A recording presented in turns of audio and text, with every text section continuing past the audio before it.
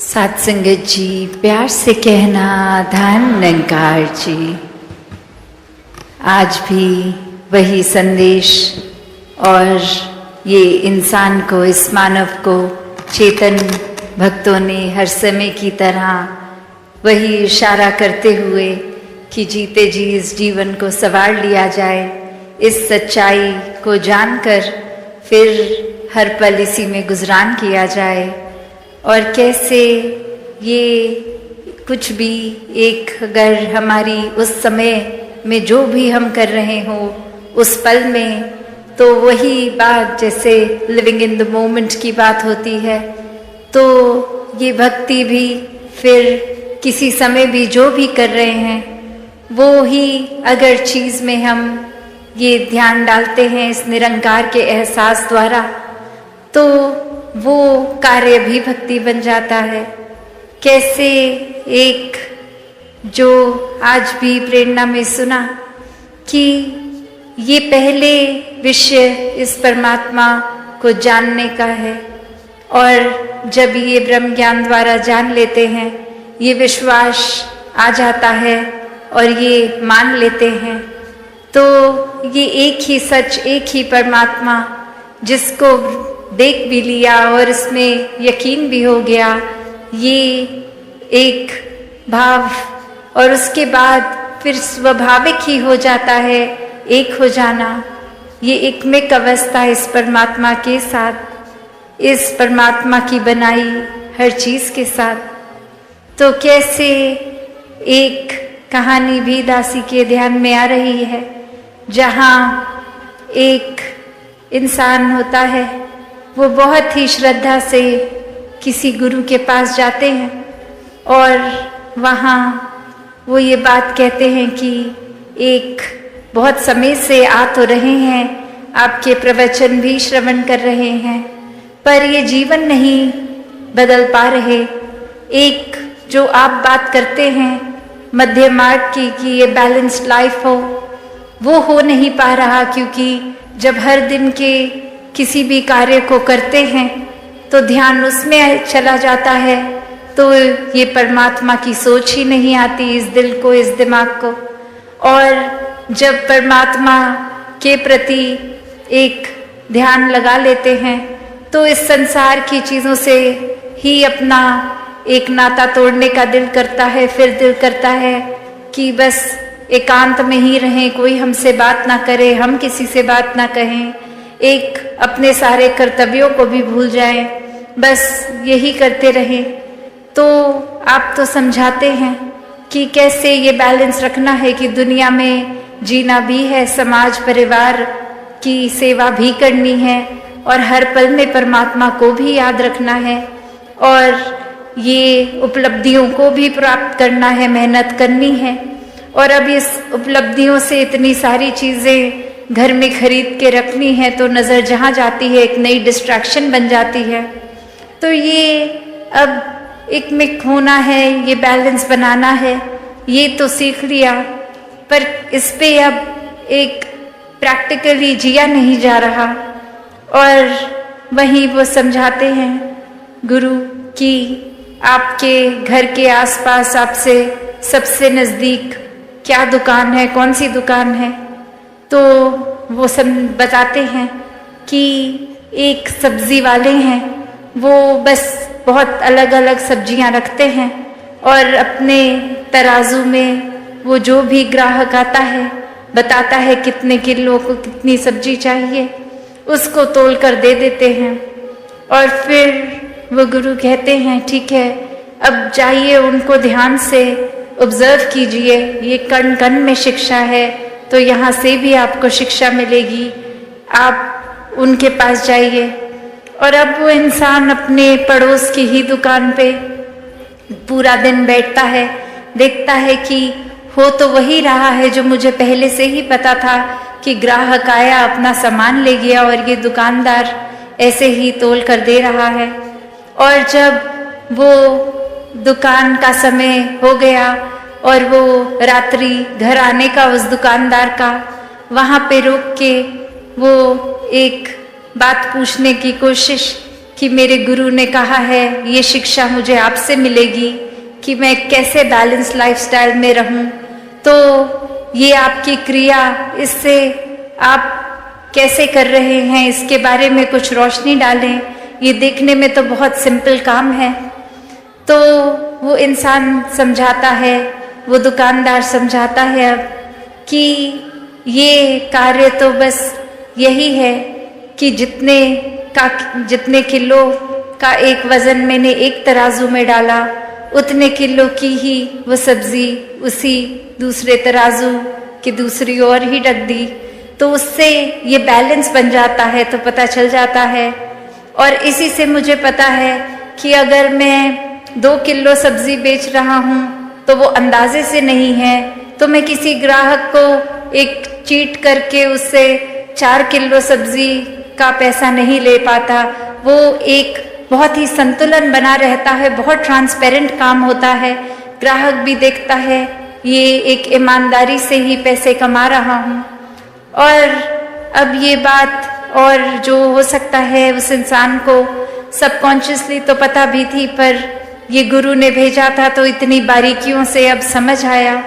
और फिर वहीं उपस्थित होके वो अपनी बात यही रखते हैं कि अब ये प्रैक्टिकल लाइफ में ये तो देख लिया कि कैसे एक वो गुण भी अंदर आ गया कि ये धोखाधड़ी ये नहीं करनी है, और साथ ही ये बैलेंस की भी वो बात दुकानदार कर गया। तो यहाँ ये तो पता चल गया कि ये बैलेंस तो ज़रूरी है, और अब बस ये इम्प्लीमेंट कैसे करूँ। तो आगे से वो गुरु यही समझाते हैं कि कैसे वो दुकानदार चाहे एक क्रिया रूप में, एक पूरे दिन में, एक कुछ भी कैसे भी ग्राहक आ रहे होंगे, कोई बहुत ही जल्दी में होंगे, कोई तो ऐसे भी होंगे कि इतने धीरे धीरे एक बात कर रहे हैं, सोच रहे हैं सब्जी क्या लें, और उनके पीछे और क्यू लग रही होगी, एक लाइन लग रही होगी ग्राहकों की, और इससे देखकर कि इतनी देर लग रही है, कुछ ग्राहक वो लाइन छोड़ के किसी और सब्जी वाले पे भी जा रहे होंगे कि हमें जल्दी चाहिए, और ये दुकानदार तो इतनी देर लगा रहा है। और किस तरह से कोई बहुत ही खुशी के अवसर के लिए बहुत सारी सब्जियां लेके जाएगा, और कोई तो आकर कुछ पत्ते ही लेके चला जाएगा, कोई बहुत ही जल्दी में आएगा, एक हबचड़ी भी मचाएगा, और कोई बहुत ही एक सहज भाव में आके आराम आराम से कर लेगा। तो वो दुकानदार ये सब देख रहा है, कितने रंग देख रहा है ग्राहक के भी, पर वो तो वही कार्य सहजता में करता जा रहा है कि जिसने अपनी रिक्वायरमेंट बोली उसको उतना उतना तोल कर देकर उससे पैसे ले लिए। तो बात वही कि ये एक अपने स्वभाव को अपने ग्राहक के स्वभाव जैसा पल पल में नहीं बदल रहा, ये बहुत ही स्थिर होने की निशानी। और जो व्यक्ति इस परमात्मा को जीवन में धारण कर लेता है इस ब्रह्म ज्ञान से, तो फिर कोई भी उथल पुथल हो, कोई इरिटेशन नहीं आती, कोई भारी चीज़ या कोई इंसान हमारे साथ कैसा है, उस चीज़ पे हमारा उस तरह से बिहेव करना डिपेंड नहीं करता। कि कोई अगर जल्दी में आया तो दुकानदार ने भी उतनी ही जल्दी से नहीं दिया, उसने अपना पूरा प्रोसेस को फॉलो किया, और देर उसने उतनी ही लगाई जितनी वो किसी और ग्राहक के साथ लगाए। और वही बात संसार में रहने के लिए भी, कि कैसे एक दुनिया में हम अगर आए हैं तो फिर एक ये जहाँ संसार भी है, और ये बचपन से एक स्कूल में भी बच्चे को क्यों डालते हैं, ताकि शिक्षा ले, कुछ सपने बनाए और सपनों को फिर साकार करे, एक अपने पैशन को फॉलो करे, और फिर ये पैशन फॉलो करते करते धन दौलत भी कमाए, और ये फिर उस तरह से कामकाजी होके अपने लिए आरामदायक चीज़ें खरीदें जिससे जीवन थोड़ा सा एक इजी हो जाए। तो ऐसा करना जहाँ जीवन में मुबारक है, बस बात वही आ जाती है कि सिर्फ ध्यान यही करने में है, या ये करते करते पैरेलली हर पल में उतनी प्राथमिकता अपनी स्पिरिचुअल ग्रोथ को भी दे रहे हैं। और यही वो बैलेंस है, ये अपनी मायावी जीवन और ये आध्यात्मिक जीवन का, जहाँ पे वही बात आती है जो अभी मॉडल भी कुछ दिनों पहले इधर प्रदर्शनी में भी देखा कि ये ज्ञान और कर्म रूपी पंख, ये एक पंख अगर हो कि सिर्फ एक कार्य तो कर रहे हैं, एक हम किसी वजह से प्रभु परमात्मा का नाम तो ले रहे हैं, पर परमात्मा वाकई है क्या, ये परमात्मा की प्राप्ति तो नहीं कर रहे हैं।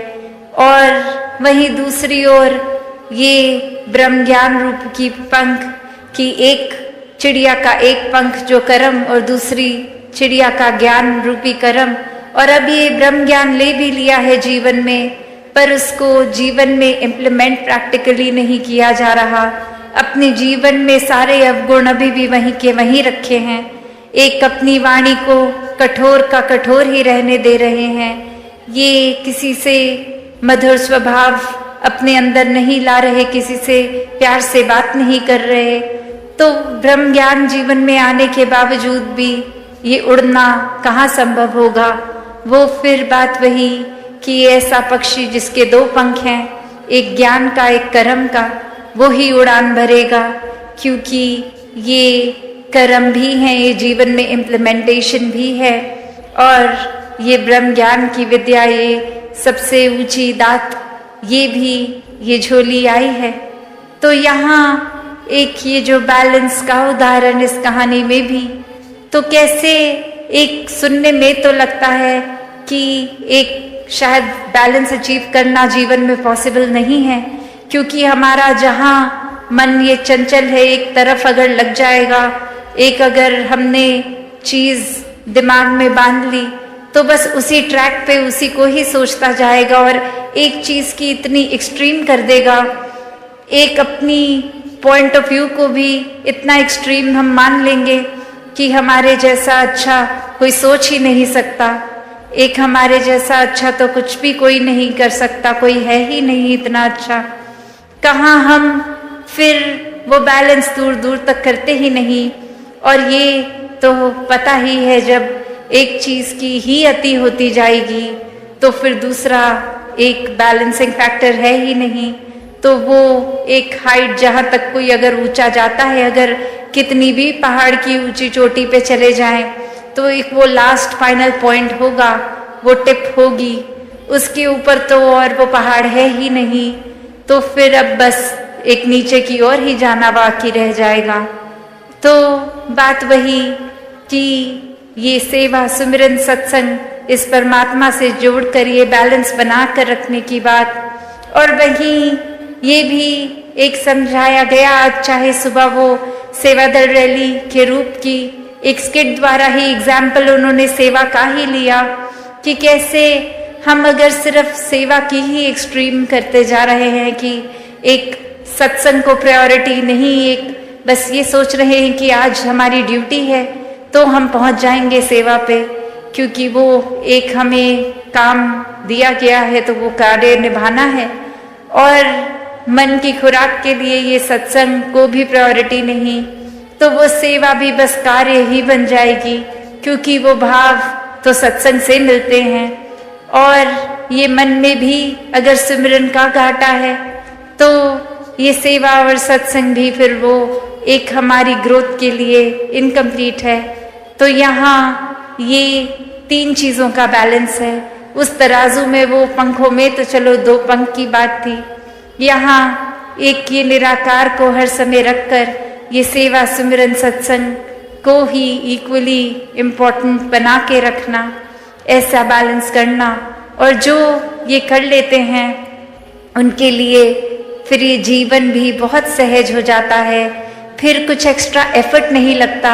हर दिन चाहे आज लगे कि ये सुबह से निकले इतने थके और आज तो घर पे कोई गेस्ट भी आने हैं, उनको भी एक अटेंड करना है, और फिर हमें किसी के घर डिनर पे उनके गेस्ट बन के जाना है, तो फिर ये पूरी दिन की एक्टिविटी इतनी ज़्यादा, तो इसमें थोड़ा सा मैनेज करना, एक ये एक भागा दौड़ी लगानी, ये कैसे समय पे सब कुछ होगा, ऑर्गेनाइज करना, ऐसे थॉट्स भी इतने सहज हो जाते हैं कि जब कोई आया घर पे उसको गेस्ट ही ना माने, परिवार का ही हिस्सा माने और वो प्यार का भाव हो जाएगा, तो कुछ वो शो ऑफ करने की बात तो रही ही नहीं कि इनके आगे कुछ फ्लॉन्ट करना है।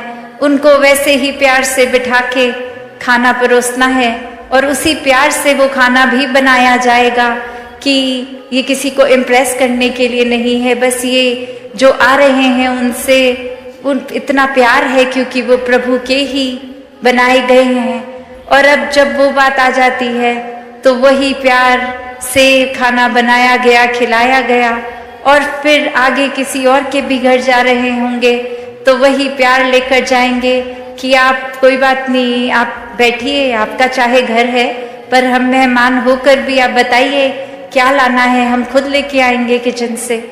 तो ऐसे भाव भी संतों के हो जाते हैं कि आप सारा ये थकावट अपने हिस्से लाने कि हम चाहे आपके घर मेहमान बन के आए हैं पर हम हैं तो सेवादार ही, तो जो भी है ये मिलजुल के निभा लेते हैं।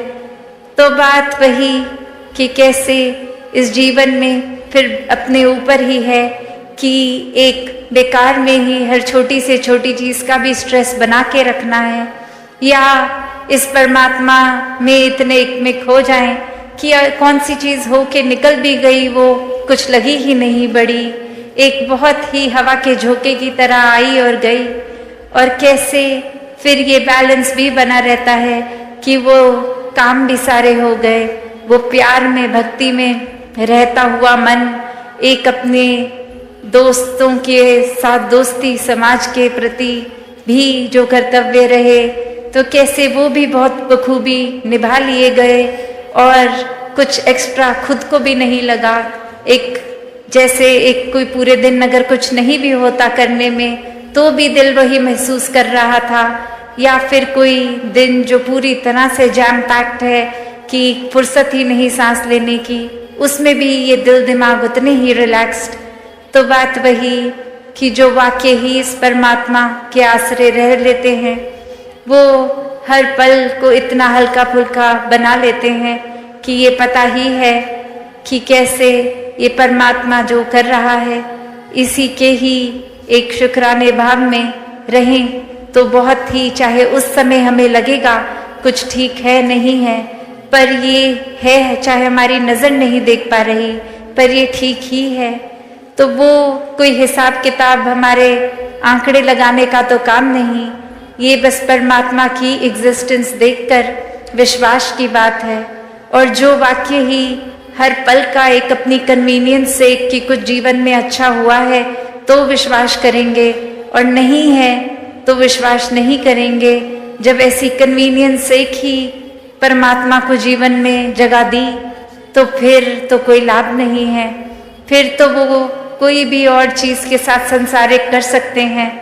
और परमात्मा को प्राप्त करके भी जब एक सब कुछ प्राप्त कर लिया तो भी नज़र इतना छोटा, तंगदिली बना ली, नज़रिया इतना छोटा, तो फिर इतनी बड़ी दात का भी क्या ही फायदा रहा।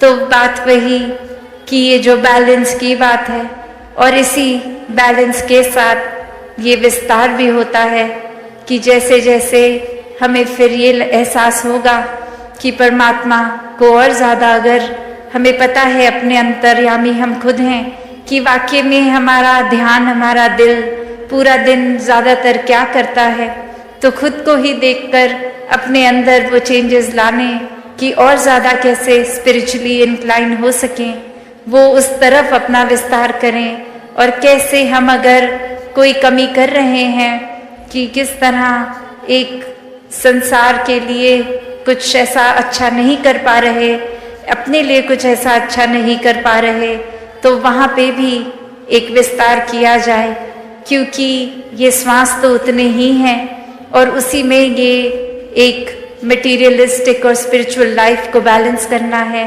तो उसी में ही सब कुछ करना है। तो जिन्होंने ये बखूबी कर लिया वो तो अपना जीवन बहुत अच्छे से निभा गए, वरना तो ये कैपेसिटी, ये कैपेबिलिटी इस परमात्मा ने हर एक में दी है वो हमारा ही कहीं आलस है, चुनाव है, या फिर एक हमारा माइंडसेट को जो हम इतना नारो कर देते हैं, या अपने अहंकार में ही चूर रहते हैं कि कोई भी चीज़ करने की काबिलियत होने के बावजूद नहीं करते, या फिर इस परमात्मा का आसरा ही नहीं लेते। एक माइंडसेट हमने ऐसा बना लिया होता है। तो दातार जहाँ हर किसी को अपने दर्शन इस ब्रह्म ज्ञान द्वारा कराता है, तो अगर हमने ही यहाँ जैसे अभी प्रवचनों में भी सुना कि अगर आँख हमारी बंद है तो हम वो देख ही नहीं पाएंगे जो है, तो बात वही कि ये जीते जी अपने जीवन को भक्तों ने जहाँ खुद भी संवारा है, वहाँ हर एक को संवारने की प्रेरणा दी है।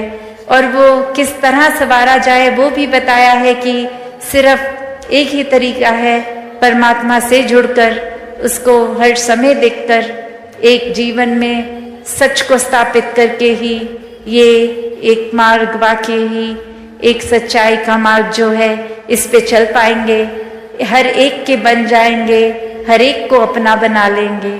सात संगत जी, धन निरंकार जी। सात संगत जी, प्यार से कहना धन निरंकार जी। सात संगत जी,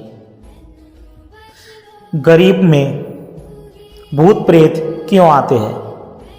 सात संगत जी, भूत प्रेत नहीं, ये डर और अज्ञान का सब खेल है। सात संगत जी, आइए जानते हैं इस विचार के माध्यम से। सात संगत जी, आशा है प्रमाण करें और ध्यान से सुने। सात संगत जी, सात संगत जी, दीन दुखियों में देवी है। आइए, यह अमीरों को क्यों नहीं सताते?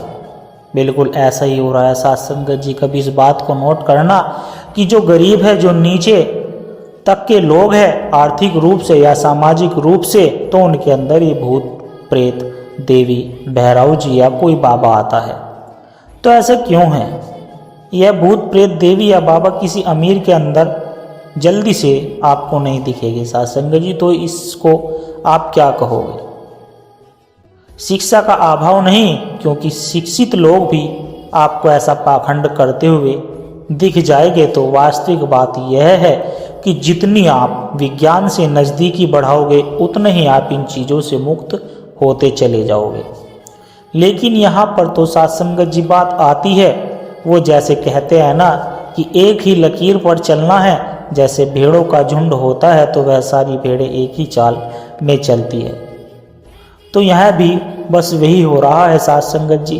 तब यहाँ पर यह समझने की ज़रूरत है कि गरीब तो बेचारा गरीब ही है, आर्थिक रूप से भी, सामाजिक रूप से भी। तो सात संगत जी, अगर कोई देवी देवता भूत प्रेत उसके अंदर आएगा तो उससे क्या मिलेगा? जो बेचारा खुद ही भूखा है, दीन दुखी है, तो उसके पास आकर उसे क्या मिलेगा? वो किसी अमीर के पास जाए जहाँ पर उसे 56 भोग मिले, लेकिन नहीं। और फिर कहते हैं कि गरीब है, गरीब है। तो गरीब क्यों नहीं होगा सात संगत जी, जब विज्ञान के साथ चल नहीं रहे? ओपरा पराया, भूत प्रेत, टोना टोटका सब ताज्जुब होता है सात संगत जी। हम 21वीं सदी में जी रहे हैं, लेकिन हो क्या रहा है? आपने बसों में यात्रा की होगी सात संगत जी। बसों की खिड़कियों के शीशों पर आपने बड़े बड़े साइज में पोस्टर भी लगे देखे होंगे। उन पर लिखा होता है कि जादू टोना स्पेशली, प्रेम विवाह, विदेश यात्रा चंद मिनटों में काम कराई, गारंटी के साथ दावा है। कहीं लिखा होता है खान बंगाली, और उन पर्चों पर जो बसों में लगे हुए होते हैं उन पर गारंटी शुदा समाधान बताया जाता है कि आपके ऊपर किसी ने जादू टोना किया है, मुठकरनी कर दी है, प्रेम विवाह नहीं हो रहा है, विदेश यात्रा दुश्मन को घर बैठे हराए। क्या ऐसा संगत जी है सब? अगर ऐसा होता तो मैं आपसे एक ही बात पूछना चाहता हूँ। Elon Musk, Narendra Modi, Donald Trump, ऐसे बहुत सी गणमान्य हस्ती है, सेलिब्रिटीज़ है, बड़े बड़े नेता है, बड़े बड़े एक्टर्स है, तो फिर तो यह 2 ही मिनट में मुट्ठी में मिट्टी में मिला दिए जाएंगे सात संगत, अगर जादू टोने से ही जादू टोना होता तो। लेकिन ऐसा नहीं है सात संगत जी। दास आपको बताना चाहता है कि विज्ञान के साथ आप जितनी नज़दीकी रखोगे तो उतना ही आपके लिए फ़ायदेमंद रहेगा। और इन कुचक्रों से, पाखंड से और इन आडंबरों से आप बाहर निकल जाएंगे। पीली पीली सरसों आप सभी ने देखी होगी, उसका वो प्राकृतिक रूप रंग होता है सत्संग, जो नेचुरल है, येलो यानी पीला। लेकिन लोगों ने दिमाग में अपने अपने रंग बना रखे हैं, यानी रंगों को भी बांट लिया है। कोई अपना पीला रंग ले बैठा है, कोई लाल रंग ले बैठा है, कोई हरा। तो सत्संग जी यह क्या हो रहा है? हमने धरती तो बांट ही ली थी, अब रंगों को भी बांट लिया है। कमाल की बात है, चेहरा सिंदूर से लाल कर लेते हैं और बोलते हैं कि मुझ में हनुमान जी आ गए हैं, मुझ में देवी आ गई है। हाथों को भी मेहंदी से लाल कर लेते हैं, पता ही नहीं चल पाता कि आदमी है या औरत, कौन आदमी है कौन औरत है। सत्संग जी तन आदमी का है, पोशाक स्त्री की पहन रखी है, कुछ समझ ही नहीं आता। पर एक चीज है जो समझ में आती है कि यह जितने भी लोग हैं जो पाखंड से घिरे हुए हैं, इनका भविष्य बिल्कुल भी उज्जवल नहीं है, इनका भविष्य अंधकार में है। यह इतनी मेहनत अगर पाखंड को छोड़कर सच में धरातल पर मेहनत करे, अच्छे से पढ़े लिखे और विज्ञान से नज़दीकी बढ़ाए, तो दास भरोसे के साथ कहता है कि फिर आपको कोई भी आगे बढ़ने से रोक नहीं सकता। आप अंधकार को उजाले में बदल सकते हो। और दास एक बात दुनिया के उन सभी तांत्रिक लोगों से, यह जो तथाकथित बाबा है, वह जो अपनी मंडी खोल के बैठे हैं, दरबार खोल के बैठे हैं, उनसे भी कहना चाहता है सत्संगत जी की वह अगर भूत प्रेत बुलाना जानते हैं या किसी भी अदृश्य शक्ति को बुलाना जानते हैं, तो वह सभी एक काम क्यों नहीं करते। हमारी आर्मी फौज जो बॉर्डर पर है, तो वह सर्दी में कितनी परेशान होती है, गर्मी में सेना कितनी परेशान हो जाती है, तो उनको इधर बुला लो और उन अदृश्य शक्तियों को ही बॉर्डर पर छोड़ दो या भूत प्रेतों को छोड़ दो, उन सभी देशों के लिए जो बार बार हमारी ज़मीन पर कब्जा करते हैं। लेकिन सत्संगत जी नहीं, वहाँ पर तो इनका तंत्र फैल हो जाता है। इन लोगों ने बस जनता को ही भ्रमित कर रखा है। किसी की अगर किडनी फेल हो गई है, किसी का लीवर फेल हो गया है, या शरीर में कोई और रोग हो गया है, तो यह शर्तिया दवाई करते हैं कि हम ठीक कर देंगे। या तो कोई ऊपरी हवा है जो आपके शरीर में यह रोग हुआ है, तो जो झाड़ फूंक करके, फूंक मार करके आपका इलाज कर रहा है, जरा आप उनका शरीर देखना, वह खुद ही सांसें भी ठीक से नहीं ले पा रहा है, उनकी सांसों का पंखा थर थरा रहा है और वह आपका इलाज करने का दावा करता है। कमाल की बात है। और दास एक बात आपसे और भी कहना चाहता है सत्संगत जी, पर इस बात को कोई धार्मिकता पर मत लेना और ना ही इसे कोई अपने ऊपर ही लेना। आपने देखा होगा कि मंदिर में भगवान के पास, यानी भगवान जी की मूर्ति के पास सबसे अधिक समय अगर लोग रहते हैं, तो वह सब पंडित जी होते हैं, यानी पुजारी। और इसी तरह मस्जिद में भी सबसे नज़दीक जो इबादत खान होता है, तो उसमें भी सबसे लंबे समय तक, दिन हो या रात हो, एक मौलवी ही रहते हैं। तो अगर मंदिर का पुजारी भगवान के सबसे नज़दीक रहता है और मस्जिद का मौलवी खुदा के सबसे नज़दीक रहता है, तो उनमें से एक भी 100 अमीर लोगों की लिस्ट में क्यों नहीं है। कोई भी पुजारी या कोई भी मौलवी या तो सबसे ज़्यादा अमीर होना चाहिए थे, तो क्यों नहीं, यह अमीरों की श्रेणी में क्यों नहीं आए। यह वही के वही है। सत्संगत जी, आप सभी ने एक मूवी देखी होगी, उस मूवी का नाम था पीके। उसमें एक जुमाल बार बार दोहराया जाता है कि कोई फिरकी ले रहा है, तो यह सच में ही फिरकी ले रही है। सत्संगत जी, ईश्वर को पाने का रास्ता सबसे सरल है, सबसे आसान है। इसके लिए कुछ भी नहीं करना है, कोई मंदिर, कोई मस्जिद, चर्च, गुरुद्वारा कहीं जाने की ज़रूरत नहीं है। उसको पाने का सबसे सरल रास्ता जो है वह यही है कि घट में तेरे भगवान है, घट में तेरे खुदा है। बस अपने अंदर झांक, तो इंसान तो खुद को जान, लेकिन नहीं, इंसान खुद को जानने की बजाय दूसरों को जानने में लगा हुआ है, पत्थरों को जानने में लगा हुआ है। एक जड़ पदार्थ आपको क्या दे सकता है सत्संगत जी? कोई भी जड़ पदार्थ आपको कुछ नहीं दे पाएगा। यह जो चेतन शरीर है, यह चेतन शरीर, इसी के अंदर परमात्मा बैठा हुआ है। तो उनकी मत सुनो। वह तो कहते हैं कि हाथों की लकीरों में किस्मत हुआ करती है, या हाथ देखकर किस्मत बताते हैं। साथ संगत जी, किसने कहा है कि किस्मत हाथों की लकीरों में होती है? और किस्मत तो उनकी भी होती है जिनके हाथ नहीं होते। साथ संगत जी, दुनिया में बहुत सारे ऐसे व्यक्ति हैं जिनके साथ कोई दुर्घटना हो जाती है और उनके हाथ कट जाते हैं, लेकिन फिर भी किस्मत तो उन लोगों की भी होती है। तो दास फिर से आपसे निवेदन करना चाहता है कि पाखंड और आडंबर से दूर रहे। विज्ञान का युग है, 21वीं सदी का युग है, और आपको पता भी है साथ संगत जी की भगवान जरूर है। तो आप उसे प्राकृतिक नाम दो, उसको अल्लाह, वाहेगुरु, गॉड या रब या किसी भी नाम से आप उसे पुकार सकते हो, लेकिन वह भगवान, वो परम शक्ति, वो परम शिव, वो खुदा, वो निरंकार आपके घट में ही बैठा है। तो साथ संगत जी, इंसान खुद को जान, यह प्रकृति इतनी गहरी है। जो लोग दावा करते हैं, खासकर यह कथित बाबा, कि हमने धरती को जान लिया, हमने ज्ञान लिया, इधर स्वर्ग उधर नरक, तो पहली बात तो यह है कि स्वर्ग या नरक वही देख सकता है जो मर गया, और जो मर गया वह कैसे आपको बताएगा कि स्वर्ग या नरक कैसा होता है। तो अगर स्वर्ग या नरक देखना चाहते हो तो उसके लिए तो आपको मरना पड़ेगा। बाकी आप खुद समझदार है साथ संगत जी, मेरी किसी बात से आपको ठेस पहुंची हो तो साथ संगत जी, उसके लिए मैं आपसे हाथ जोड़कर क्षमा प्रार्थी हूँ। प्रेम से कहना, धन निरंकार जी। और साथ संगत जी, दास की एक छोटी सी अरदास आप जी के चरणों में आशा है प्रवान करें। अगर इन विचारों ने आपके दिल को छुआ, अगर आपको आत्मिक शांति का एक कण भी महसूस हुआ, तो इन ज्ञान के प्रसाद को आपने अपने तक सीमित नहीं रखना साथ संगत। जिस प्रेम के पैगाम को, इस ज्ञान के प्रसाद को औरों तक आगे भी पहुंचाना है, क्योंकि एक दिए से ही दूसरा दिया जलता है साथ संगत। जब हम इस सत्य के ज्ञान की आवाज़ को और रूह तक पहुंचाने का माध्यम बनते हैं, तो यह भी निरंकार की बहुत ही सुंदर सेवा होती है। और इस ज्ञान की धारा से, सदगुरु के इस विचारों से निरंतर जुड़े रहने के लिए साथ संगत जी, आप हमारे इस सत्संग के डिजिटल परिवार का हिस्सा बन सकते हैं, ताकि जब भी कोई नया विचार साझा हो वह आप तक सहज ही पहुँच जाए और हमें एक दूसरे के विश्वास से बल मिलता रहे। सदगुरु हम सब की यह छोटी छोटी सेवाएं स्वीकार करें साथ संगत जी। और आशा करता हूँ दास के द्वारा कहे विचार आप सभी संतों को अच्छे जरूर लगे होंगे।